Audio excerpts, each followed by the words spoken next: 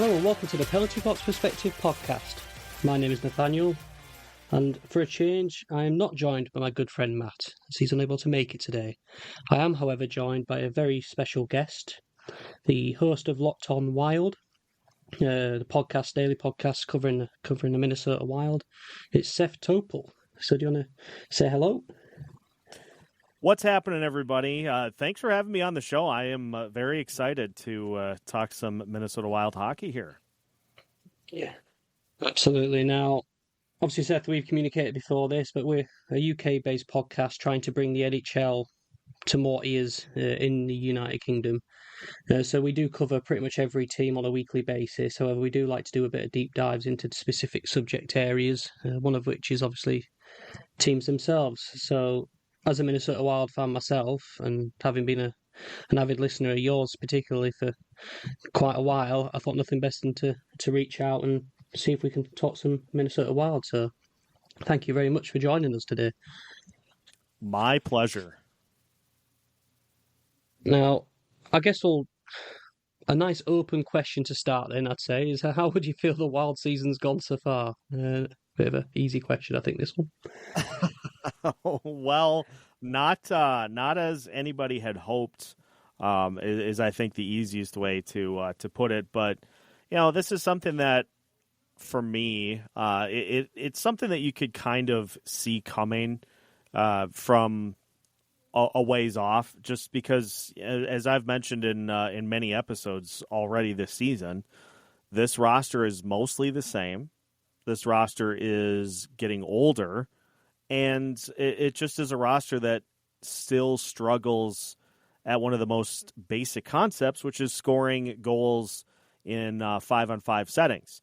The power play has done a really good job so far this year, but you can't really rely on that to be your primary mode of scoring. And so as the struggles with scoring have continued, the team, it seems, has kind of tried to dive deeper and deeper into defense and goaltending. And at some point, you got to build the scoring back up. And that's where you hope some of the young players get chances to be able to do that. But to this point, they have not gotten a ton. And so that's why the results, I think, have been very, very uneven, to say the least. Yeah, as a Minnesota Wild fan, we haven't had it the worst in the past few seasons, and we haven't had it the best either. We've consistently been on the edge of playoffs, never getting out of the first round, etc. Did you see this kind of season coming, where there'll be all of a sudden drop off? It appears from the standard we've been setting. I don't know if I saw this level of inconsistency and struggle. I don't know if I saw it getting to this point, but it's just one of those things that you see the signs, you see the warning signs of, like, it's not sustainable to try to win games in this manner. And the further you kind of go down that line, that vein, it just seems like the more and more they struggle. But just many games in which it looks like they're not close to where they need to be, and I think that's kind of what has made it so alarming, to say the least, with how they've performed so far this year. Yeah, for me, it's hard to see, like, going into the off season, or from the off season into the season. We didn't have that many sort of free agent signings coming in and refreshing things up. You got players like Tarasenko's come in, who's now starting to score a little bit, but had a really poor start to the year. Sturm's been out injured from the start. Obviously, we haven't had Zuccarello in either. So it just seems like we're rolling with the same sort of squad from last year for the most part, minus a few pieces, and I think it's showing. Yeah, you're 100% correct.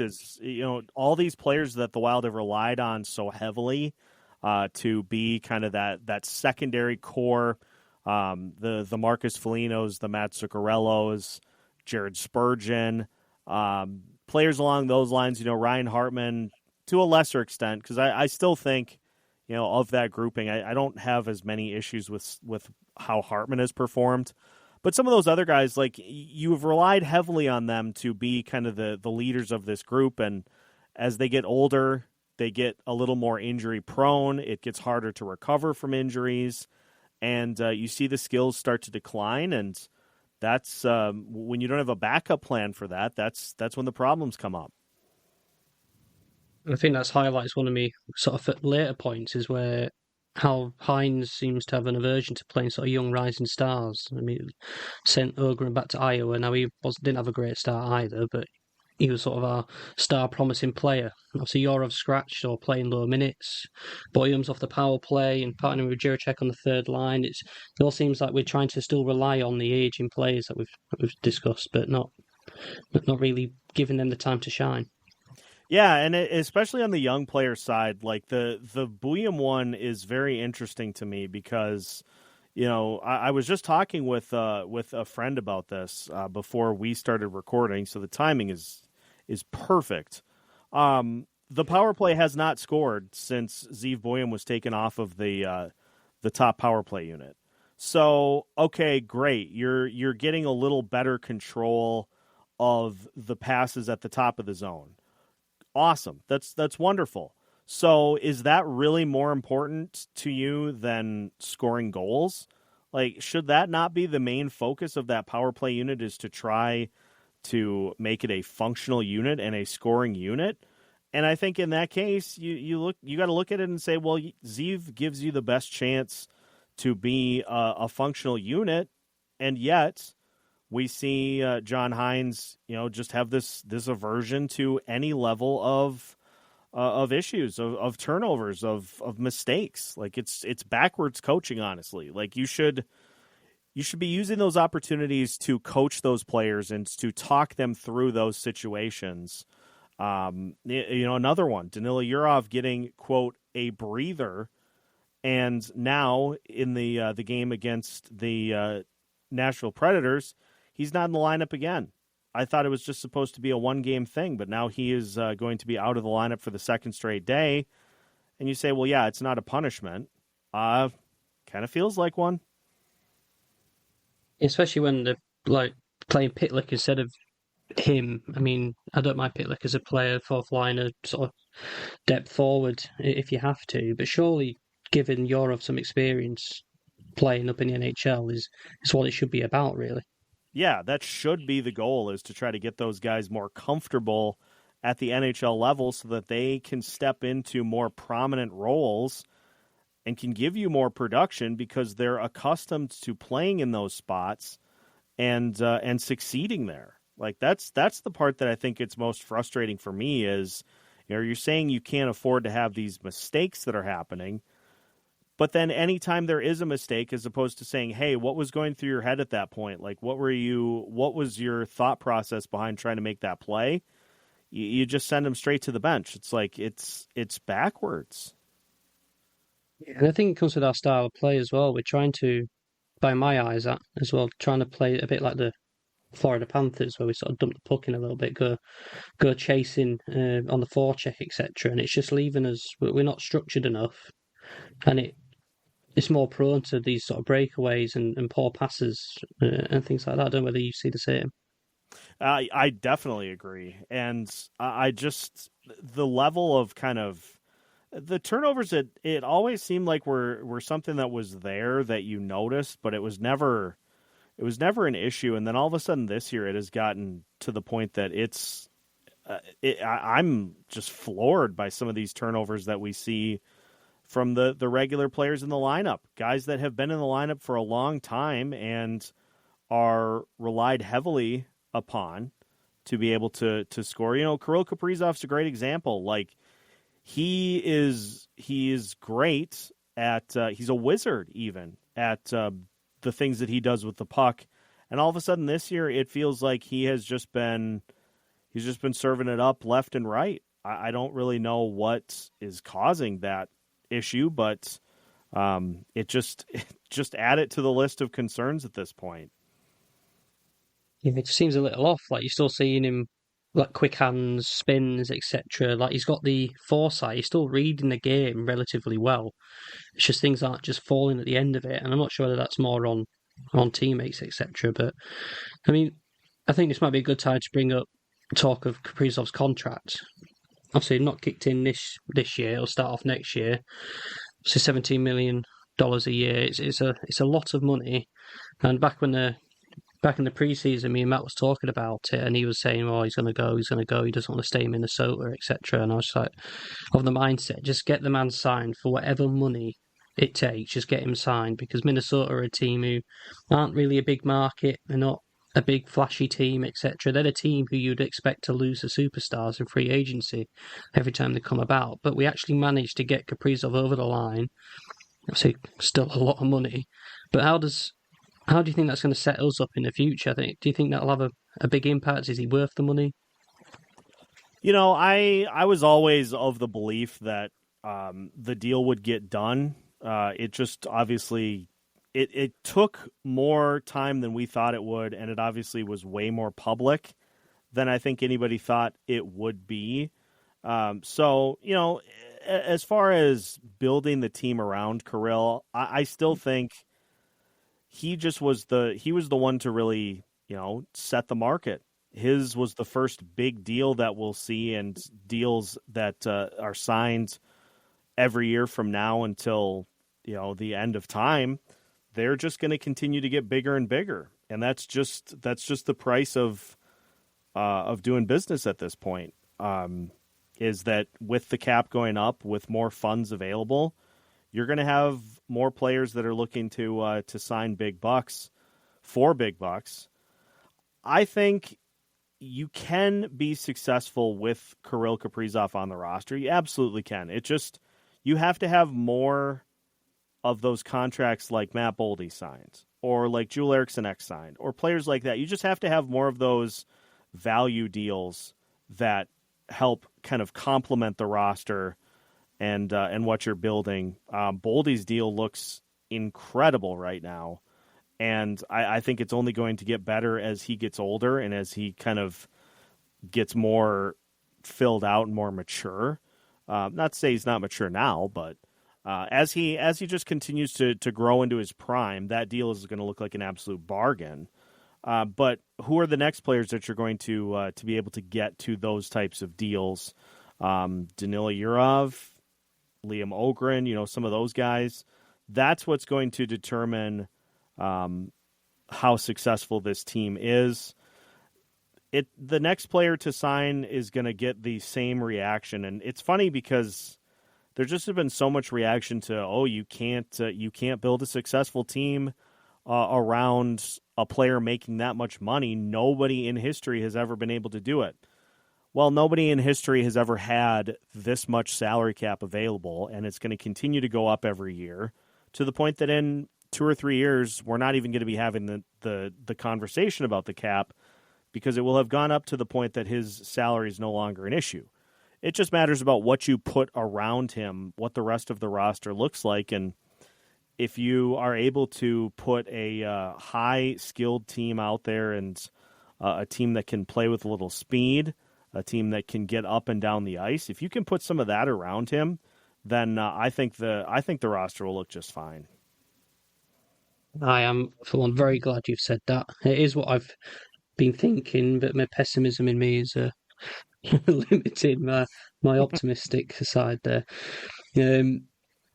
I do think it is a good contract. It came at a bad time when McDavid signs for $5 million less. But obviously, that's a very different situation, and Edmonton have a lot of players that are demanding a lot more money than the Wild are at this time. But yeah, I do think Boldy is on a great deal, and as the cap is going up faster than it has ever gone up by, I think in a few years' time it'll look like a very good, solid deal. I'm glad we got it signed down for the long term. Most definitely, and on the McDavid side too, that's a great comparison point. Fans of the Oilers, I would imagine, have to know that he did that as essentially an ultimatum. Like, I'm going to do you guys this one big solid to try to put a super competitive team around me. If you're not able to do it, well, then that is probably going to be the final straw. So enjoy Connor McDavid while you can, Oilers fans, because he's not going to cut you one of those types of deals again.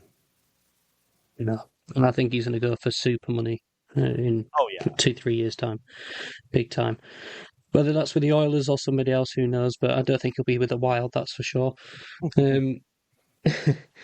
Now, this is the part where I was going to bring sort of Matt more into this conversation because with his Blackhawks team, we've seen obviously they've been in the doldrums for the past few years. Obviously, long gone are their glory days, it seemed, but they seem to be sucking for a purpose, if that makes sense. That they're going for a rebuild and they're coming out the other side of it now, looking pretty promising. Playing, even though they're still losing games, they're playing better. They're looking better. How do you feel that differs to sort of where we're going in the direction we're heading? Because I feel like we're not sucking for a purpose. We just suck, and there's no way of Yeah. getting around that.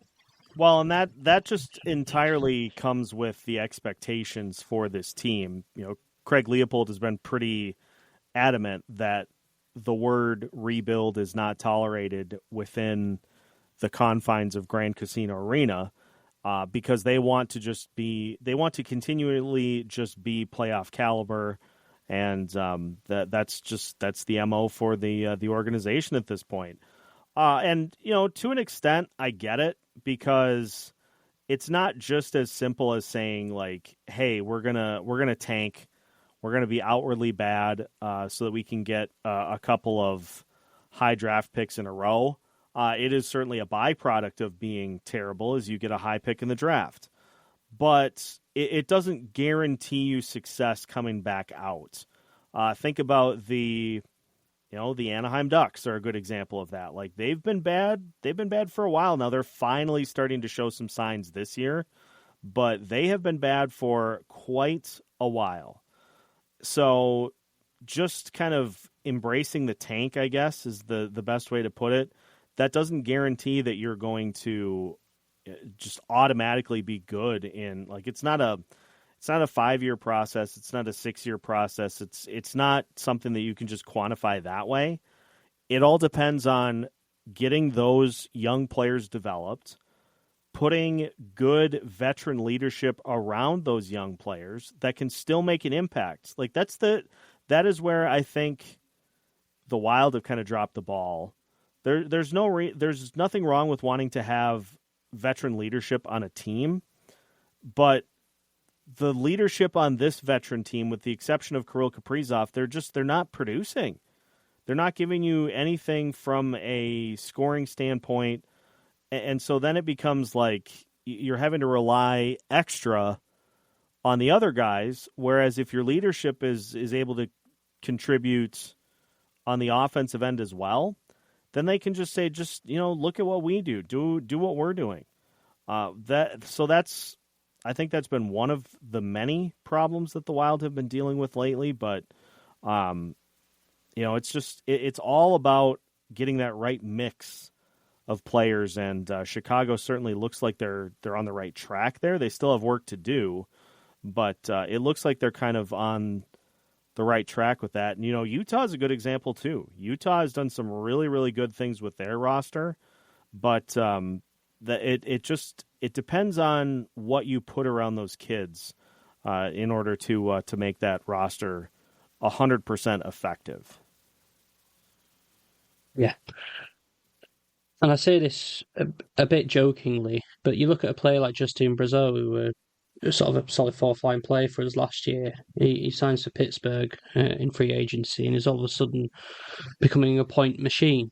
Yeah, Is that indicative of how Minnesota is coached and are performing, or what's the crack with that? I think usage is definitely part of the problem. I'm would be fascinated to know what the Wild were asking Brazeau to do, because it seems pretty clear that Pittsburgh is not asking him to do the same things. Like, it seems pretty clear that he is he's being asked to do things that he is more comfortable doing. Obviously, the scoring is a great kind of secondary benefit to that, but that's the huge part of it too. As a head coach, are you forcing players to adjust to your system, or are you adjusting your system to your players? And I feel more and more like John Hines sees different players come in and he says, well, they have to fill this role on this team. And that's backwards coaching. Like, it's great to have a structure and a system, and pretty much every NHL coach does. In fact, all of them do. But are you able to adapt your coaching system and coaching philosophy? Are you able to adapt that to the roster that you have? If you aren't able to do that, then you're not going to be successful. And I think that is another piece of the pie for this Wild team, is that they're still kind of trying to play this one particular style of hockey, and it doesn't seem like they have the right mix of players to do that. I wonder how much the system's changed. So last year we got off to a very hot start, and injuries took its toll, and we ended up falling back to where we probably expected us to be, kind of at the end of the season. But is there a case to say as well that other teams watch tape to see how we're playing and how our players fit into the system, and then can effectively play against what they already know, what they can see on tape, and that's why we're not Yeah, moving forward?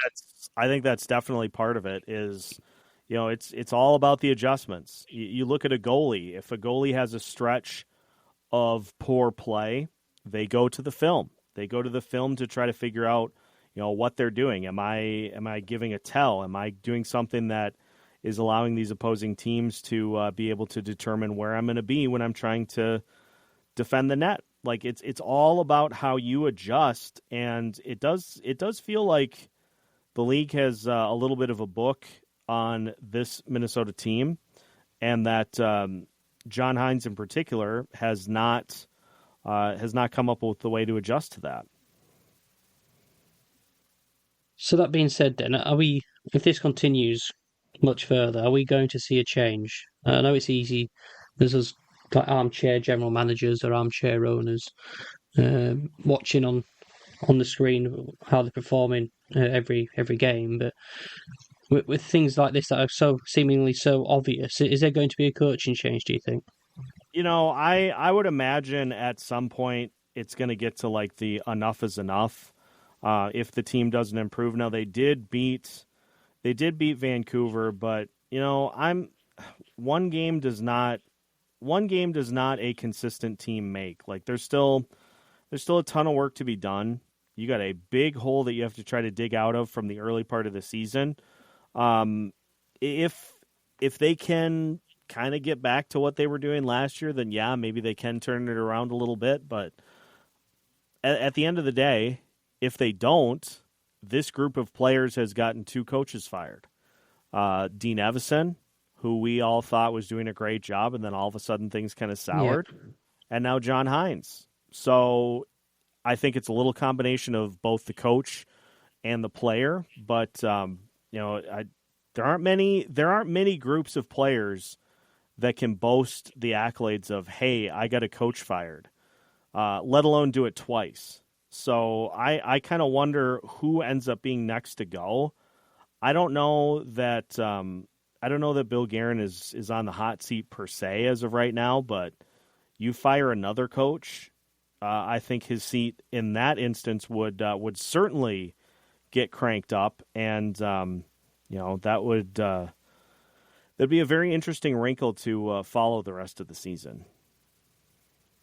Absolutely, because I look at the start of the year as well. We obviously deep dive every team, but we talked about the Dallas Stars coming off another sort of deepish run in the playoffs, getting rid of Pete DeBoer, and he's currently sat on the outside looking in. And myself as a Wild fan thinking, okay, well he's a consistent playoff coach. Never got to the Stanley Cup Finals, but that being said, we're looking for the Wild to get to the playoffs, and out of the first round, that would be considered a huge success in my mind. Well, what are your thoughts if we went after him as a coach, or do you think he's too sort of strong-minded and strong-willed to really fall within Bill Guerin's sort of remit, do you think?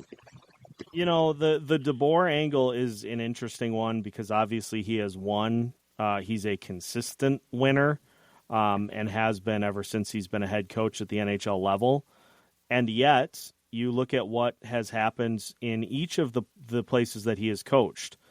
San Jose, he kind of got ran out of town. Vegas, kind of got ran out of town. Dallas, he got ran out of town after he publicly feuded with his goaltender.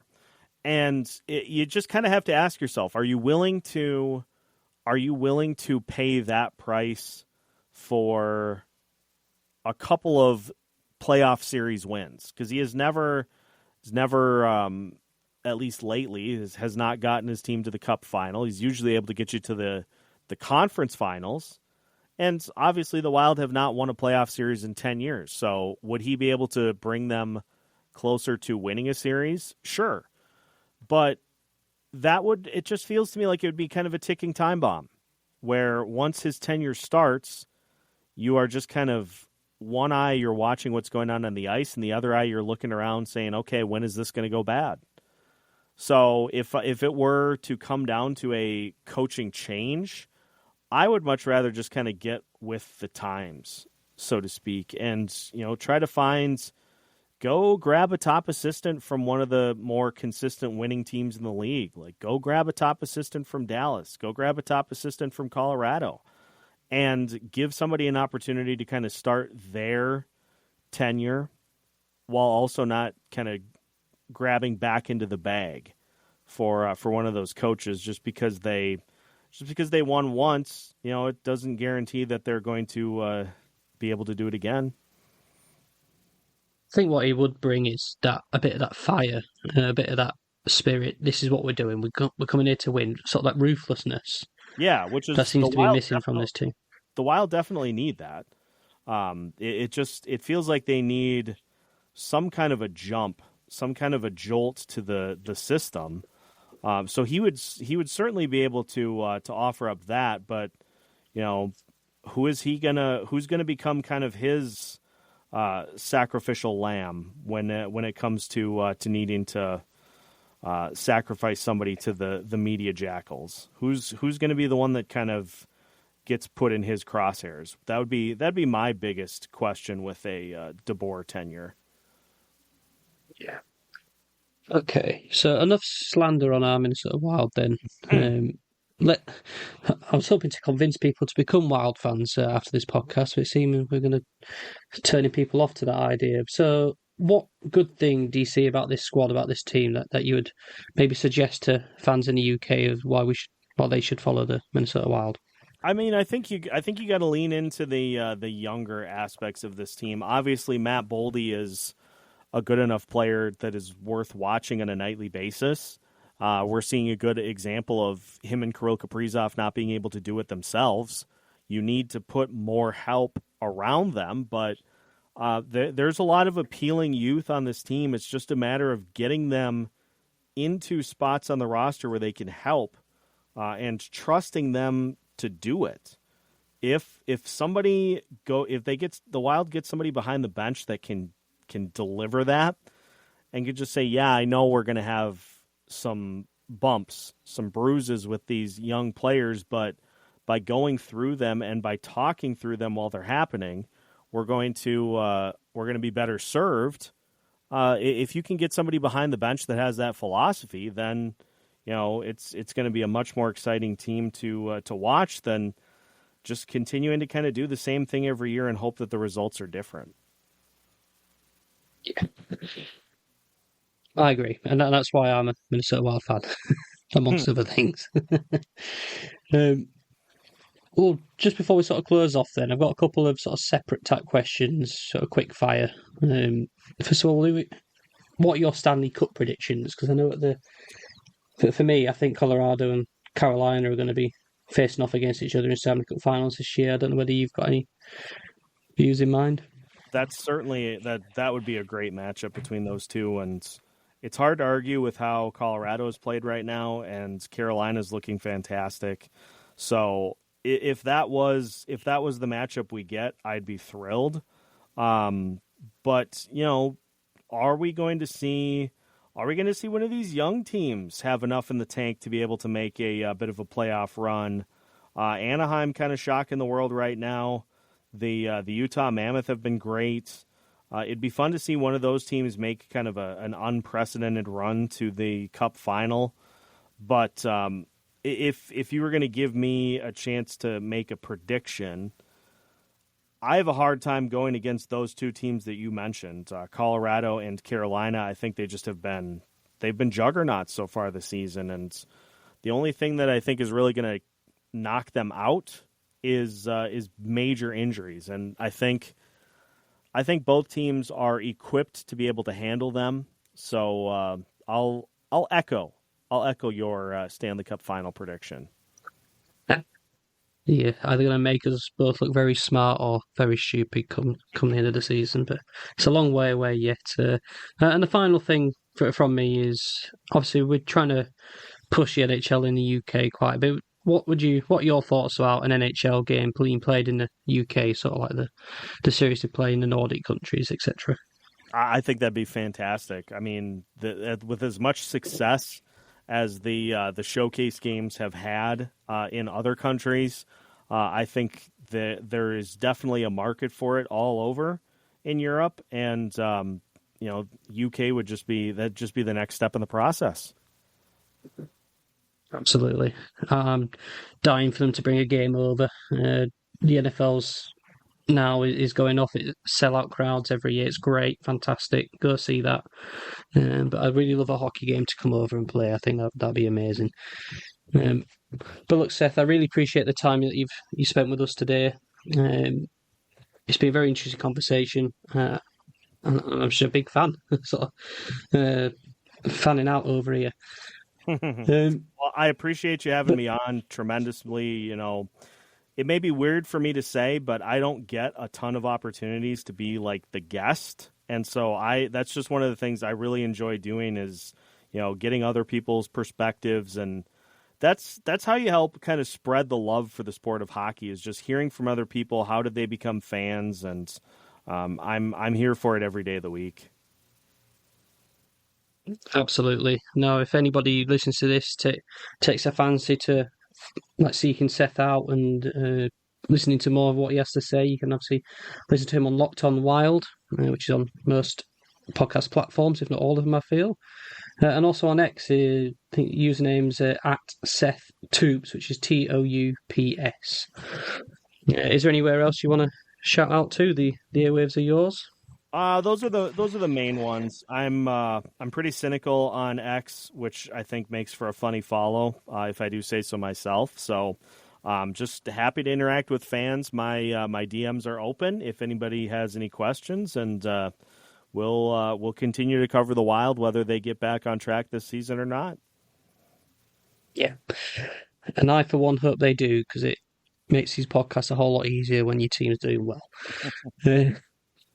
But other than that, just for those listening, our next episode will likely be out next Monday.